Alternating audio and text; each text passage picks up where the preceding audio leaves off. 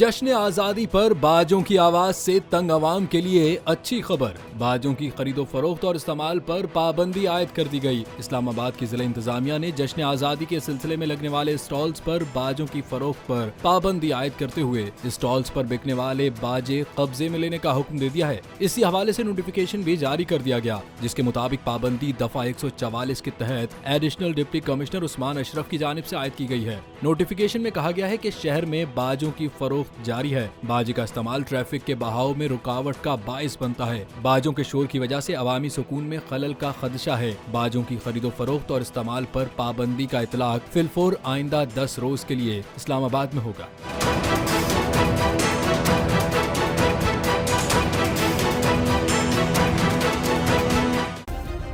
Subscribe करें और bell दबाएं ताकि कोई खबर रह न जाए।